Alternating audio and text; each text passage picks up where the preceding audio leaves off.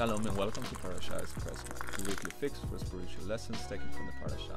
Grab your coffee and let's take a look at the weekly Torah reading. Today we'll be looking at Parashat 𝐏𝐚𝐫𝐚𝐬𝐡, which runs from Numbers chapter 8 verse 1 to chapter 12 verse 16. Enjoy it, and don't forget to give us your feedback on Facebook, Twitter, YouTube, or via our website.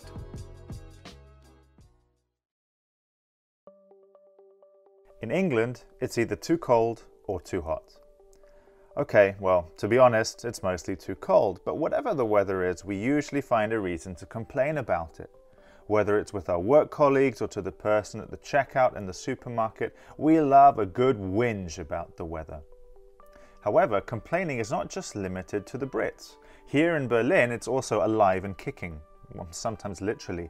There's a web portal created to document all the complaining notes that neighbours leave for each other, usually with the threat of grievous bodily harm if they don't stop partying or breaking stuff or getting on their nerves. No matter where we are or what we have, it seems like nothing will stop us from a good old moan. While I'm aware of the irony of complaining about complaining, it does form the main theme of this week's parasha. Much like last week, our parasha this week features a number of different topics, from silver trumpets to Passover celebrations, and from a Google Maps style list of places our ancestors camped to a retirement plan for the Levites. But at the heart of this week's portion are our ancestors' complaints. Complaints about pretty much everything. It seems that they had forgotten the crushing slave labor that they were forced to do in Egypt, and were looking at everything through rose-tinted glasses. The desert wasn't exactly full of haute cuisine, and they longed for meat and vegetables like they'd eaten in Egypt. God's miracle bread, the manna, wasn't good enough, and they wanted more. But instead of just asking God or Moses, they launched a mutiny and wanted to return to their country of enslavement. So, God decides to give them what they want, but at a cost. Many of them paid for their mutiny with their lives, as we read that a fire spread through the camp and consumed them.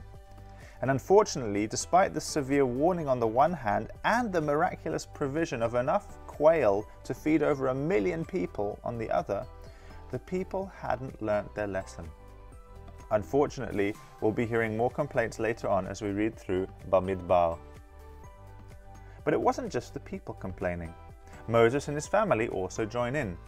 Aaron and Miriam are upset that Moses married an Ethiopian, and Moses is upset that the people are such a hassle to lead. But at least he takes his complaints to God. God responds by punishing Miriam with a brief case of leprosy and expulsion from the camp, while he appoints other leaders to share Moses' burden and takes away some of his anointing from Moses and gives it to the other leaders. It really is a bit of an up and down parasha.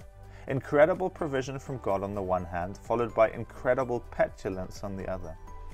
Reading it today, it's easy to think, what on earth was the matter with our people back then? But if we're honest, we would have done the same.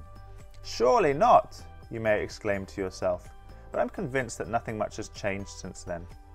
In extremely difficult and stressful situations, it can be very hard to see the positives. Our people were no longer slaves, yes, but they were also in the middle of the desert, relying on a God who they didn't really know nor understand. For us too, it can be easier to see the empty half of the glass. Perhaps our job is stressful, so we change jobs, but then we miss our colleagues from the old one. Or maybe our car is broken, so we buy a new one, but we miss some of the features of the old. Whatever the topic, we are, as humans, complainers at heart. Perhaps you think I'm generalizing, and you would be right. There are, of course, optimists in this world. But let's take a deeper look at why we all complain. What causes us to focus on the negative? Simply put, it's a matter of perspective. In this imperfect and broken world, it's easy for us to find fault with our possessions, with our neighbors, even with ourselves. We realize that life is not as it ought to be, even if there are good moments here. And because of our brokenness, we tend to focus on instant gratification rather than looking at the bigger picture. I'm convinced that it's not as simple as just thinking positively and everything will change, but if we get the proper perspective on life, perhaps we'll start to see the glass half full. Here's the bottom line. I don't know what your life is like at the moment. Perhaps you're on cloud 9, or perhaps you wish you'd never been born. Whatever the case, there is a God out there who loved you enough to send the Messiah Yeshua to die on your behalf so that he could rescue you from your brokenness and forgive you of all the wrong things in your life. Rather than complain about having to live among us corrupted people, the Messiah willingly gave himself so that you and I could have a living and active relationship with the God who created us and loves us. He offers you hope, a future, and a life of purpose. There is no greater news than that. God understands our complaints. He understood the complaints of our ancestors. But when our complaints are not accompanied by the belief that he can actually do something about them, then we end up accusing him of negligence, that he's not able or not willing to care for us.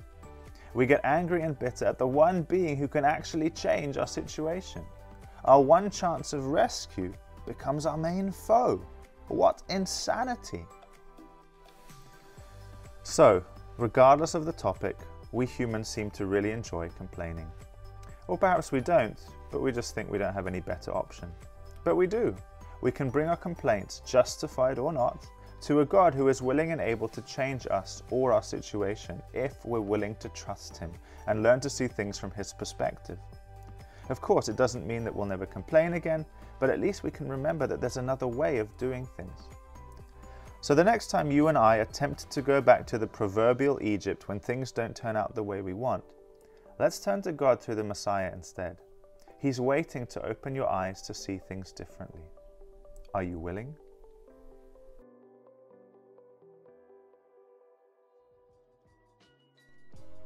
That's it for this episode.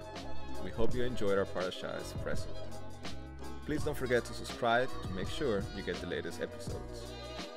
We'd love to hear from you, so please get in touch with us on Facebook, Twitter, YouTube, or via our website at 𝐁𝐞𝐴𝐬𝐡.de.